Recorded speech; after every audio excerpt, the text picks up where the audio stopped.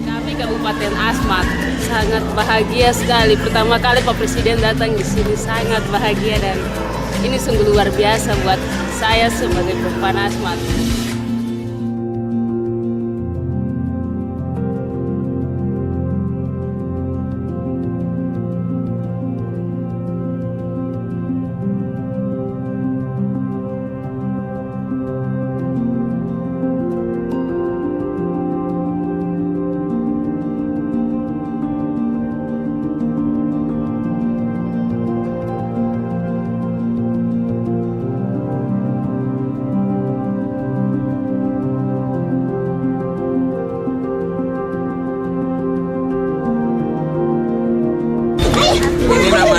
namanya Jokowi.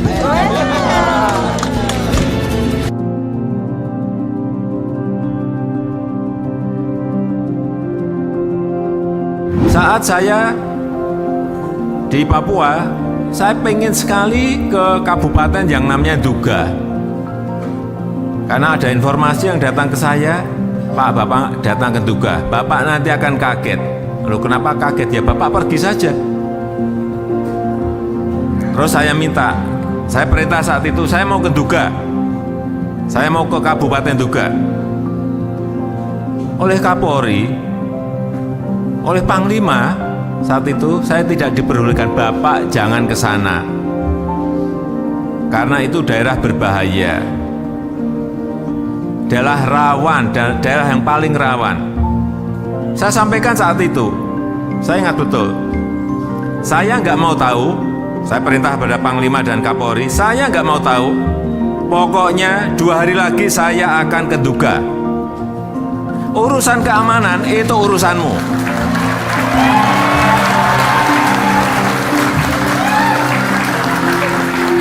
Saya mau terbang ke sana. Betul, saya terbang ke sana naik helikopter karena memang nggak ada jalan daratnya. Saya naik heli. Saya ke Jayapura, dari Jayapura ke Wamena, dari Wamena baru naik heli ke Nduga. Saya yakin tadi siapa tadi yang dari Papua tadi? Orlando. Orlando mana tadi? Orlando mana? Pernah ke Nduga? Ngaku aja, pernah ke Nduga? Ah, belum kan? Belum pernah. Ya karena memang dari Wamena saja mau ke Nduga itu butuh waktu 4 hari berjalan di tengah hutan. 4 hari 4 malam. Kalau bilang sudah, saya cek benar. Untungnya bilang belum. Dan saya percaya setelah saya sampai di Nduga, saya ke sana dengan Bu Jokowi.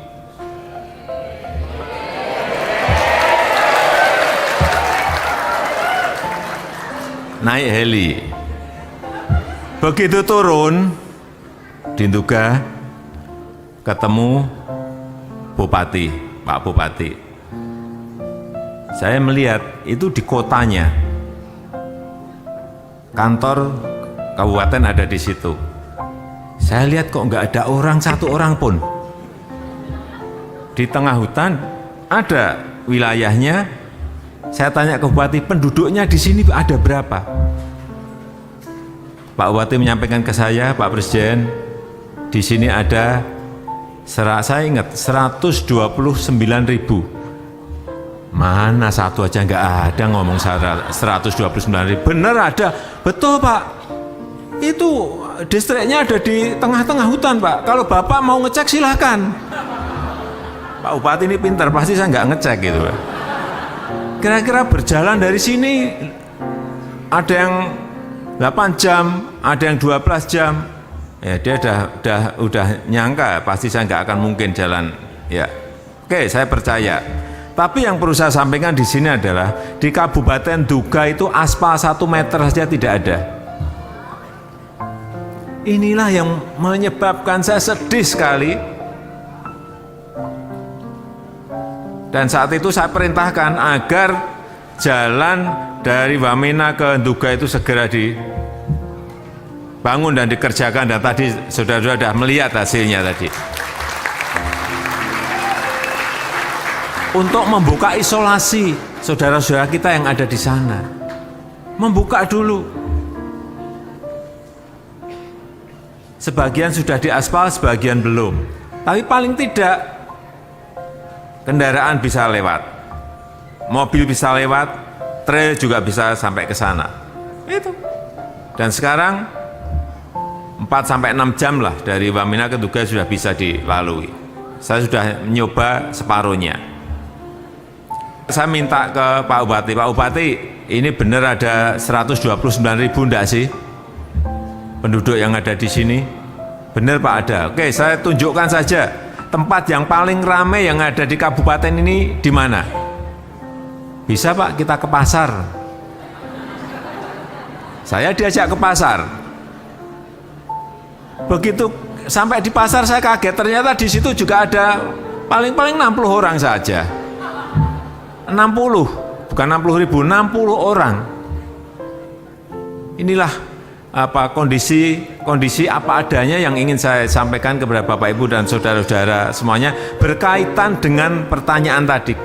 Kenapa saya begitu intent ke Papua? Dorongan apa yang menyebabkan itu? Ya jawabannya yaitu semakin saya tahu, semakin saya ingin memberikan perhatian yang berbeda kepada Papua. Salah satu ruas dari 4.300 km Trans Papua yang dalam proses dibangun, sudah selesai 3.800 yang sudah dibuka. Dan ini tadi kita berjalan di ruas dari Wamena menuju ke Kenyam, Agas, sepanjang 287 km. Memang yang baru teraspal baru 37 km, tetapi ini akan terus dikerjakan. Ini dikerjakan, kalau kita lihat medannya tadi ya, dikerjakan awal oleh TNI dulu, TNI. Oleh sebab itu saya tadi dengan Panglima melihat kesulitannya seperti apa, kemudian setelah terbuka baru Kementerian PU masuk untuk aspal, untuk mengikuti apa yang telah dikerjakan oleh TNI. Saya kira kalau duet seperti ini dilakukan terus, ini akan mempercepat. Karena kalau kita lihat medan seperti ini kita di ketinggian berapa Pak Gub? 3.200-an. Sangat tinggi sekali medannya, sangat sulit sekali, sehingga yang bisa masuk awal-awal memang TNI. Kemudian baru Kementerian PU menyusul. Ini yang supaya masyarakat di seluruh tanah air tahu betapa sangat sulitnya membangun jalan di Papua. Bukan sulit, sangat sulit sekali. Tanahnya bergunung-gunung yang sangat tinggi. Ini Pak, selain ini kan ada juga yang sulit katanya pembangunan jembatan Pak, ada sekitar ratusan. Ini masih ya, ini kan tadi baru cerita jalan, sekarang cerita jembatan. Ini harus dibangun 35 jembatan dari Wamena menuju ke Agas. Itu 35 jembatan. Ini yang sudah dikerjakan berapa Pak Menteri? Dalam proses baru dalam proses 15. Jadi memang ini sebuah pekerjaan yang sangat besar sekali. Pak, lambatnya juga katanya diserahkan kepada beberapa kontraktor saja Pak, bukan banyak kontraktor. Pembangunan jalannya. Ya tadi kan saya sampaikan di depan itu TNI. Ya setelah itu aspalnya oleh Kementerian PU dan tentu saya itu artinya Pak kontraktor. Memang kalau melihat medannya seperti ini, nantinya tadi saya sudah dapat masukan dari Panglima TNI, dari Kementerian PU memang dibagi per section gitu biar cepat. Ya, jadi di lapangan akan betul-betul kita lihat betapa sangat sulitnya medan yang dihadapi baik oleh TNI yang mengawali di depan, kemudian juga kontraktornya juga bayangkan bawa aspal ke sini seperti apa, bawa alat-alat berat seperti apa untuk memulai itu. Bisa bayangkan, saudara-saudara tidak membayangkan betapa sangat sulitnya. Baru membawa alat-alat beratnya, belum membawa aspalnya. Ya. Pak, Bapak belajar motor dari kapan, Pak? Belajar naik motor ini dari kapan? Belajar apa? Belajar naik motor ini kan tadi kan medannya kan sulit nih, Pak. Ternyata Bapak berhasil sampai sini gitu. Belajarnya berapa lama? Sekali. Sekali saja. Sekali maksudnya, sekali itu caranya tater seperti apa. Dulu kalau pasir-pasir, saya nggak bisa ngejar beliau. Memang licin. Memang spesialis pasir saya. Pak, mungkin satu lagi Pak, selain infrastruktur mungkin pendidikan dan kesehatan bagaimana Pak di Papua? Gunung Ya, Tengah. saya kira terutama yang basic seperti itu, pendidikan, kesehatan basic itu adalah dasar bagi sebuah pembangunan ke depan. Ya, Pak Agus sudah bercerita banyak kesulitan-kesulitan yang dihadapi di sini, tersebarnya masyarakat di pedalaman, saya kira juga merupakan tantangan yang harus kita hadapi. Kita bisa saja membagi kartu Indonesia Pintar, terus ngambil uangnya gimana gitu. Ini kalau tidak pernah ke lapangan kita nggak akan bisa membayangkan betapa tanah Papua itu memang sangat sulit Pak sekali. Presiden naik rel ini biar tahu detail pembangunan perkembangan pembangunan itu. Ya, naik mobil dan naik trek kan lain. Kalau naik trek kelihatan rasa sulitnya tuh kelihatan. Itu baru naik, coba bayangkan yang membangun. Ya, kita ini kan